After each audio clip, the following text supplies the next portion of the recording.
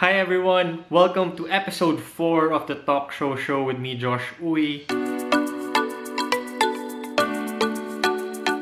As my friends may know, I'm a big basketball fan. Actually, nag-work ako for the ASEAN Basketball League for about a year. And I'm excited for this episode because I'm going to talk to Alab Pilipinas team owner and player manager Charlie D. Pag-uusapan namin kung paano siya nag-start sa basketball industry, ano experiences niya as a player agent and manager, and as a team owner of San Miguel Alab Pilipinas. So I hope you pick up some things, I hope it's informative, and I hope you enjoy. Here's my interview with Charlie D. Hi, Coach Charlie. Thank you na pumayag kayo sa interview natin today. Kamusta naman po kayo? Good afternoon. Okay naman. Medyo bored pero wala talaga magagawa. I think it's the same for everyone. So it's better to just stay home and be safe. So today, we'll talk about yung mga experiences nyo both as a manager and as a team owner. Pero before everything, gusto ko lang pag-usapan yung si Ranidel de Ocampo na recently nag-retire. Na binabasa ako na sabi nalungkot ka kasi iba si RDO. Can you expound on that? Ano yung parang na-feel niya yung nakita niya na retired na talaga siya, na officially retired na siya? Hindi kasi siya yung isa sa close ko na players dahil napakabait, very respectful, saka hindi siya mahirap i-manage Alam mo yun? Kasi yung iba, di ba, we all know, pag sikat na player, minsan alagain masyado. Pero siya, normal lang he's a funny guy, he's a good family man. And yun, even all his teammates kasi, kaya nga, di ba, when he announced that he's retiring, halos lahat ng players, ang daming nag-tweet at nag-message ng magaganda about him. Ano po ba yung favorite RDO moment niyo throughout his career? Kasi ako, inaalala ko talaga sa kanya yung 2013, I think, na FIBA Asia na nag-Gilas team. Parang yun talaga yung best memory ko of him, na naging clutch player siya during the most important games. Kayo po, ano yung sa throughout his career, ano yung mga favorite moments niyo of RDO? Well, syempre, aside from that part nga, that game na talagang he made a lot of us cry, dun sa Moho Arena. I think it's really our personal relationship, yung hindi kasi kami player manager, talagang para kaming barkada. Okay. So sige, let's talk about paano kayo nag-start with this industry, with the basketball industry? Ano yung naging parang step 1 nyo of entering the industry? Well, my step 1 was when I went to UST para mag-aral. Naging barkada ko kasi mga high school players. Kasi that time, lagi ako nakatambay sa gym, Kasi pag while waiting for my PE class, tumatambay lang ako. And then at that time, ang coach ng UST High School was Coach RDO at wala naman siyang assistant coach. Kasi during those time, coach lang Wala namang assistant yung mga coaches before Lalo na sa high school. So sabi ng mga players sa kanya, Coach, wala naman kayong assistant, baka pwede si Charlie na lang. And then right there, sabi niya, yeah, sige, okay lang. Then I started during UAAP games, ako yung kumukuha ng stats. Parang scorer, on the bench. And then until when nag-put up sila ng Team B, so they asked me to handle the Team B ng UST High School. Okay. So paano naman po kayo nag-shift from being a coach to being a manager for some of the best players of the PBA? Kasi I coached for 16 years, no? So 8 years ako sa UST and then 8 years ako sa Adamson. Mm-hmm. And then, pero let's face it, medyo hindi naman kasi parang allowance lang yun eh. Mm-hmm. Alam mo yun? Mm-hmm. And then I got offered to be team manager of Batangas Blades during the MBA. Mm-hmm. At first I declined kasi hindi naman ako parang I don't know how it works, no, to manage a team. But I was offered by Santi Adaneta, Mm-hmm. the team owner. Actually, out of nowhere, kinamayan niya ako eh. Sabi niya, this is your first day. So I was surprised kasi when they offered me the job, I declined eh. The first time they offered it to me, I declined. Then yung second time, it was a housewarming nung parang dorm for the players. Yung bigla niya ako kinamayan and then sabi sa akin, yun na yung first day ko as team manager. Yun, so that started it. And then from there, yun, players were asking me to help them negotiate for the contracts until last game ng Batangas Blades versus San Juan Knights. Lumapit sa akin si Chris Calagio and then sabi niya, last game na ng San Juan yun, that they're not joining NBA anymore. And then he said he's going to the draft. And then he asked me if I can be his manager. So, sabi ko, sige, pag-usapan natin. And then that started it. He got drafted by Shell. And then I think I got him a very good contract. So, that started it. Parang word of mouth siya. So, ano po ba yung pwede nyo i-share na experiences nyo as a player manager na baka hindi talaga na-understand ng mga tao? Ano yung mga ups and downs? Ano yung mga pros and cons of your experiences? Well, kasi kaya kasi ng tao, if you're managing a player, ganun lang siya eh. Parang you're managing them to make money.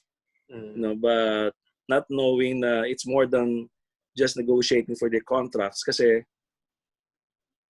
lahat ng aspect ng player babantayan mo eh, from their image to how they're playing every game. Kasi ako, you know, I watch all their games. Pag after the game, I try to get the stats. And then pag hindi nga maganda yung laro, I talk to them, you know. And then I also remind them about, you know, saving for the rainy days, you know. And then pati pamilya ng players, parang magiging pamilya mo eh. So parang lahat sila ako mo eh. So you deal with all of them. So what goes through like the process of like if you have a player and then baka tapos na yung contract. Ano usually nagiging process of like renegotiating and looking for a team? Yung mga ganun po. Kahit alam ko may mga hindi kayo pwedeng i-divulge na lahat, pero parang give us an overview of like an experience na negotiating for a contract. Hindi, kasi sa PBA kasi wala namang free agency eh. So, before the contract expire, nagsasabot ako ng proposal for extension or for renewal. You know, so from there, you negotiate. Yun. So, pag hindi kayo nagkasundo, then that's the time you try to look for a trade. So, like, as an agent or as a manager, ano pa yung nagiging like role nyo when you're looking for a trade? Kayo po mismo pupunta sa teams to like you offer your players? Ano po yung nagiging usual system niyo po doon? Hindi, kasi since walang free agency, so you talk to the mother team and tell the mother team na kung if they don't feel na ganun ka kailangan yung player sa team nila, baka pwede na lang nilang i-trade. Okay. You know, kasi well, let's face it, you know, you have to do it in a nice way kasi iba ang Pinoy eh. Mas sensitive yung mga tao. So you have to be careful when you talk to them. So you have to do it in a better way, you know. Na you cannot demand eh. You really have to request and talk to them in a nice way. Okay.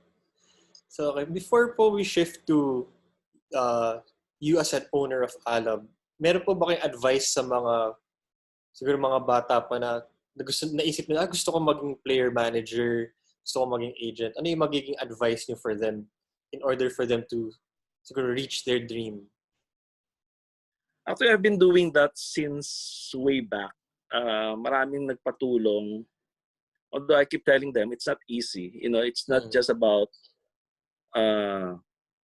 making money. Kasi it's really about making connections eh.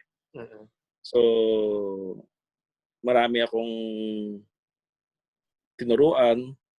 Pero, of all, I think ang medyo, I would say, nakakuha lang ng is one of the managers. I just don't want to mention the name para baka sabihin kasi na binabrag ko. Pero yun, kasi he tried to do it with his brother in the beginning. It didn't work out dahil kasi it takes a lot of patience eh. Hindi kasi siya madali.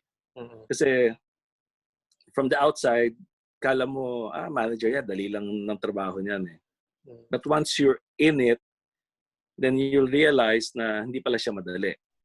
So, yun. So, it didn't work out until siguro pinag-aralan niya mabuti. So, he did it on his own kasi he was connected to a company and then, yun, siguro nasuportahan siya and then, yun, he's doing well now. Okay.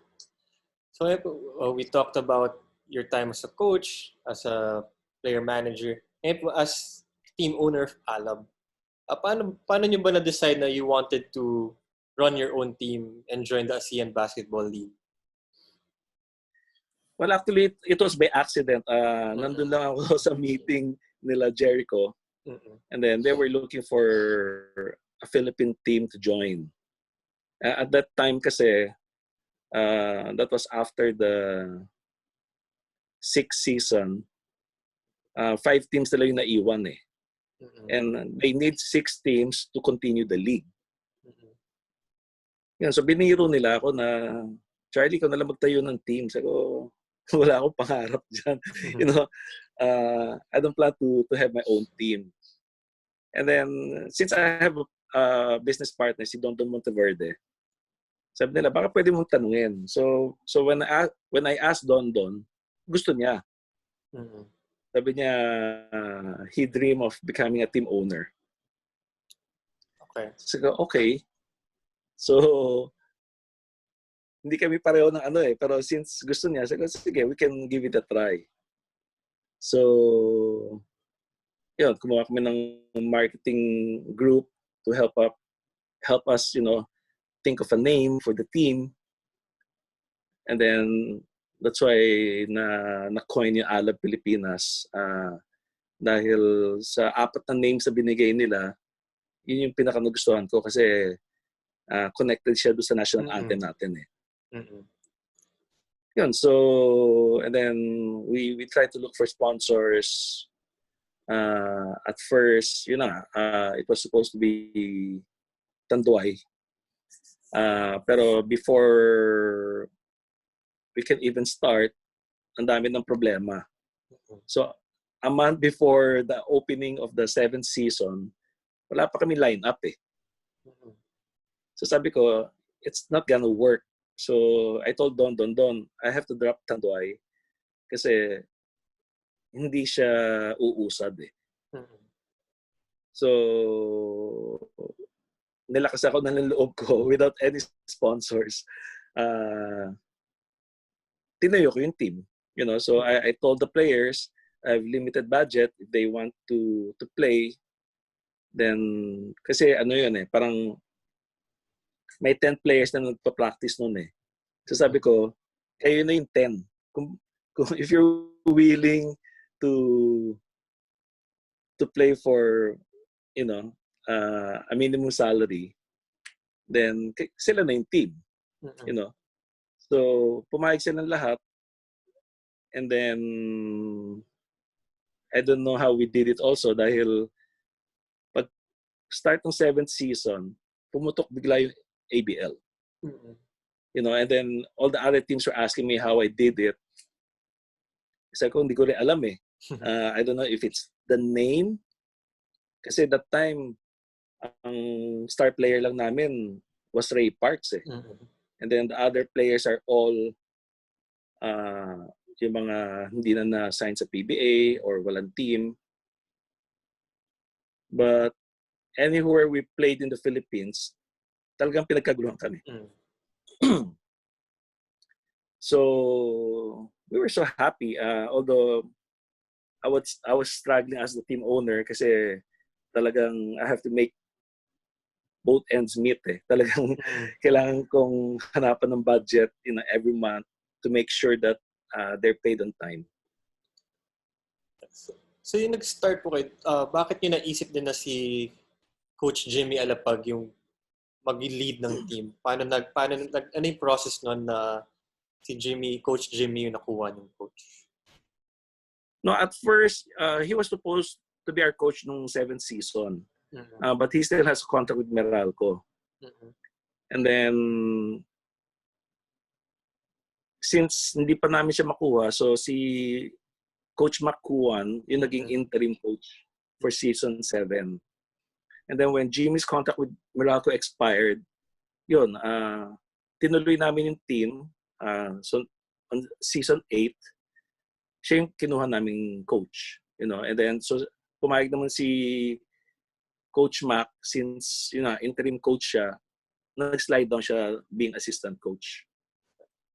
Pero what does Coach Jimmy bring to the table? Bakit siya yung naisipan yung gusto niyong going head coach for Alab? Kasi 'di ba, being in basketball for that time, 30 plus years na yata ako sa basketball. And we always say, 'di ba, the best coaches are point guards. And since he's retired and he doesn't know what's next for him, in-offer ko sa kanya mag-coach. Kasi sabi ko, I think he can be a good coach. With all his experiences playing, even sa FIBA World. I think, he'll be a good coach. So nag-usap kami, and then he liked the idea kasi siyempre, it's a new opportunity for him also. So tinanggap niya, and we're very happy because we know, kasi having Jimmy as a coach, icon siya eh. So, talagang alam namin na magtutuloy-tuloy yung Alab kung siya yung coach. Si Coach Shirley, nung season 8, yung championship season of Alab Pilipinas. What can you say? What does it take to build a championship team like that? What is parang as a manager owner, ano yung mga pinagdaanan nyo to build a team that is parang na kaya mag-champion sa ABL? Well, season 8, again, we started excuse me, with Tandoy as the sponsor. And then along the way, meron kaming misunderstanding and disagreement, kasi may gusto sila ipasok na player, but we feel we don't need the player. Kasi at that time, okay naman yung tinatakbo ng team eh. And then, so they pulled out, and then we're just lucky that, San Miguel took over, and they told us na, they'll support the team 100%. So, naging stable kasi yung team eh. I think that's the key there. Kasi syempre, 'di ba, pag inalagaan mo naman talaga yung team, ah magiging successful yung ano eh. Plus we were able to fill in, all the spots needed, Kasi 'di ba, from Ivan Johnson pinalitan namin, and we got uh Ronaldo Balkman and ano Justin Brownlee. So when we got both of them, gumanda yung takbo ng team eh. And they were so humble. They were very good leaders. They really helped, everyone in the team to be better. Plus having Coach Jimmy as the coach na talagang nirerespeto ng lahat. So talagang na-handle niya ng maganda yung team. That's why I'm very thankful that, they agreed to play kasi syempre alam naman natin high profile players si Balkman and Brownlee, and in the ABL iba yung budget natin, mas mababa yung budget natin compared sa other leagues, and we were just lucky that I'm very close to their agent at that time, si Miss Cheryl Reyes. So na-convince sila to play, na ganun kababa yung sweldo, and then with so nagtugma lahat, so we got the two, we got San Miguel, we have Jimmy, and then so yun yung I believe naging success ng team. So from season 8 to this current season, a supposedly current season, we all know na canceled yung games ngayon. Pero can you talk through, as an owner, as a team manager, yung experience nung lumalabas pa lang yung COVID na parang uncertain if matutuloy ba yung games until na-cancel. From the owner's perspective and the team's perspective, can you talk us through what happened during that time? Well, when it started, nararamdaman na eh, di ba? So we were canceling games because yung travel ban, going to China, going to Hong Kong, going to Macau, to Taipei. So doon pa lang, marami nang na-reschedule na games. So we've been having online meetings also on how to address the problem. So we were looking at a neutral venue just to finish the season. So dalawang napili were supposed to be Cambodia and Malaysia. Kasi that time, yung Cambodia, walang travel ban, walang COVID na positive. And then they're open to accept anyone from any country. So if you're coming from China, they accept you. Pero syempre may cost to play the games in Cambodia. I think mas mura ng konti yung if you play in Malaysia, although Malaysia also have a lot of COVID patients already. And then I think ang nag-trigger was when we went to Singapore for our game. Pagdating namin ng tanghali, nung hapon biglang I got a call that the game is canceled. Parang parang sabi ko, paano to? We're here, we're ready to play, and then canceled yung game. I called Jericho. Sabi ko, Jericho, I think we have to address the problem. Kasi, syempre, when you travel, may cost yun eh. Di ba? Kasi you book for hotel, you pay for your flights, and then biglang na-cancel yung game. So sabi ko, parang nakakatakot na siya because I think we have to be sensitive to all the players also. Kasi if somebody gets infected, then baka sabihin naman ng tao na tikas ng ulo ng ABL, tinutuloy niyo pa, alam niyo naman na ang dami ng nangyayari. Yan, so I had talks with, with the with Eastern, with Black Bears, and with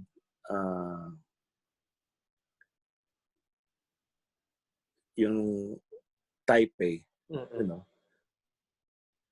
yung Formosa Dreamers. So kaming apat nag-uusap kami, and they feel that it's really best to cancel the season dahil nga sa lahat ng uncertainties na nangyayari. Yan, so we wrote a letter to Jericho na we feel na we really have to take actions already kasi hindi na siya viable to continue the season with what's going on. Okay. So ngayon po may parang may balita ba kayo, ano plan ng ASEAN Basketball League going forward?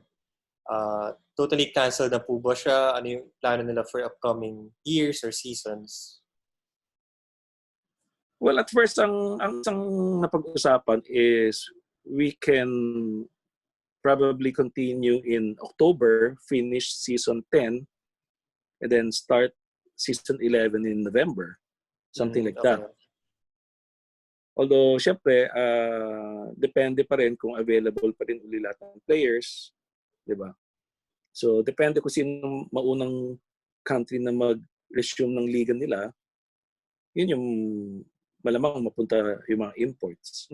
So, it will all depend really on kung available pa yung mga players, and syempre, malaking effect na sa economy kasi itong nangyayari ngayon. So it will also be dependent on all the teams and their sponsors. Okay. So ano naman po yung thoughts nyo about siguro basketball and sports going forward? And yung future ng Alab, kasi ngayon hindi pwede mag-mass gatherings, hindi pwede pa magsama-sama sa mga arenas. So what do you think will be the future of basketball and sports in general?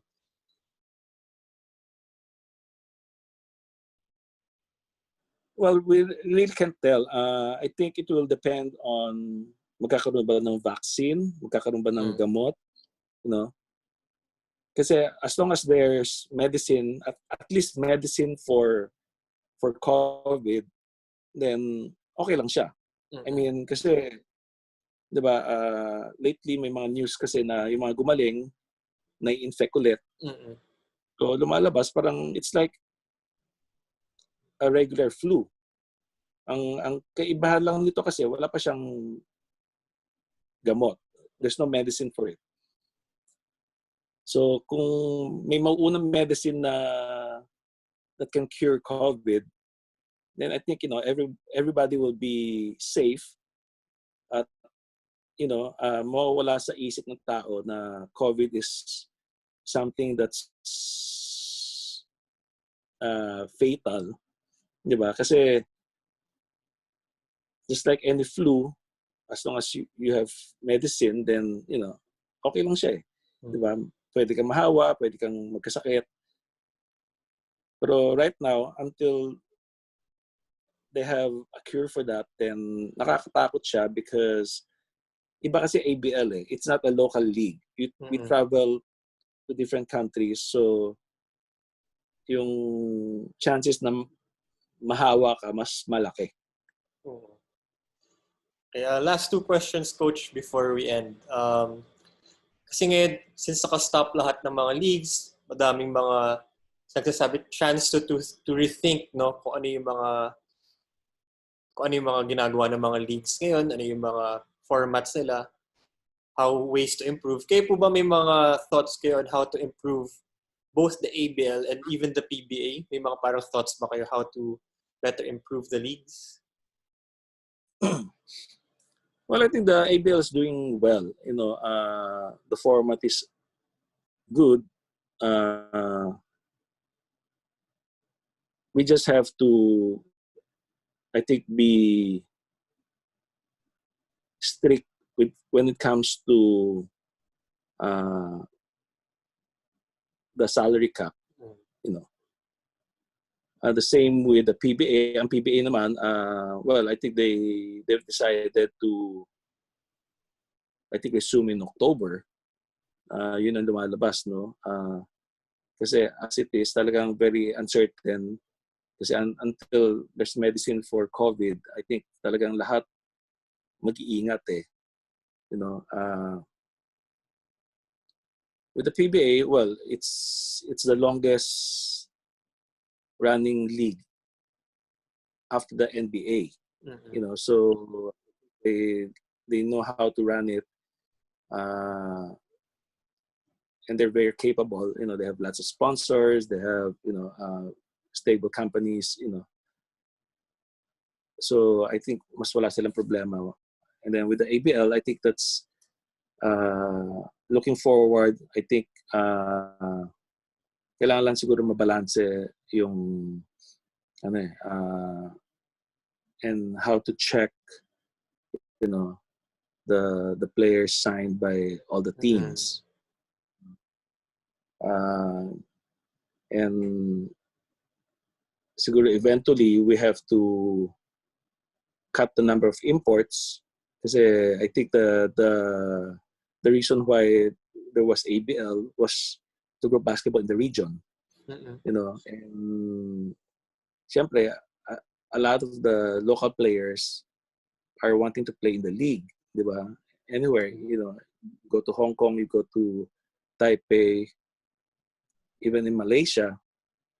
Kasi I remember when Malaysia won the championship 3 years ago, parang sinasabi nga nila, parang hindi masaya yung mga locals kasi 2 heritage and 2 world imports. So that's 4 imports playing and 1 local. So I think yun yung we will see the growth of basketball in the region kung nababawasan ng imports. Yeah. So I think yun yung magiging basis natin or gauge kung nag-i-improve na talaga yung basketball in the region if eventually we can have all locals playing for all the countries. Okay. Agree ako dyan, Coach Charlie. Last question. I really need to ask you this. Ngayon lumalabas ngayon yung Last Dance, no, na documentary ni Michael Jordan. And I saw some of your posts, no, na about Michael Jordan. Can you give us your thoughts? Gaano ba ka-significant talaga si Michael Jordan, not only to you personally, but to basketball in general? Sa tagal mo na sa basketball industry. Actually kasi for me, he's really the greatest basketball player ever. Although syempre sinasabi nila depende kung anong era ka, di ba? Although kasi well, I've been in basketball for 30 plus years, almost 40 years. And of all the players, siya talaga yung may kakaibang charisma. You know, because like the reason why we were able to watch the Chicago Bulls game in 1996 was because we won the Gatorade 3-on-3. You know, and the prize was to watch a Bulls game and then to dine at the Michael Jordan's restaurant. Okay. So when we were there, syempre, we were so excited kasi nung nag-champion nga kami dito, yun yung prize eh. So we were seated row B across the bench of Chicago Bulls. So ang lapit nun eh, di ba? And then, like what I posted earlier, nung nagko-call out kasi, nung tinawag na si Michael Jordan, talagang tayo lahat ng balahibo mo eh. You know, iba yung aura, iba yung basta sobrang iba. Na never ko siyang na-feel seeing all the other players of this generation from alam ko maraming Kobe fans dyan. You know, Kobe to LeBron to, you know, a lot more, you know. At yan, I'm gonna post later yung mga ibang nakasama kong NBA players. Pero iba talaga yung Michael Jordan. You know, and that's why yung sinasabi nga ni Allen Iverson na when he saw Michael Jordan, iba talaga yung aura eh. Kung ang isang NBA player ganun ang tingin sa kanya, what more the other people, ordinary people like me, you know, seeing him up close, playing, and yun, talagang, saka ano eh, parang siya yung bumuhay ng basketball. You know, when he was drafted by Chicago, di ba? From zero to jump pack, you know. Yun, yung 1996 na yun, the row B ticket was $130. You know. So, yun, swerte lang kasi we were at that time sponsored by Gatorade. So, we were treated very well, you know. Yun nga lang, sayang lang, hindi talaga namin siya na-meet in person. We were hoping we could meet him when we dined at the Michael Jordan's restaurant. But unfortunately, wala. You know, mahirap talaga siyang i-schedule that time. Okay. Okay, Coach Charlie, thank you for your time. Very interesting. Dami ko na pick up from your experiences. Thank you again. Thank you also for this opportunity. There you have it. That was my interview with Alab owner Charlie D. I hope informative sa inyo. I hope you got some insights for especially those na gusto pumasok sa industry, gusto maging player manager, gusto maging team owner one day. I hope na nagkaroon kayo ng better idea of how to do it and kung ano yung kailangan mo to do the job. Thank you again to Coach Charlie D.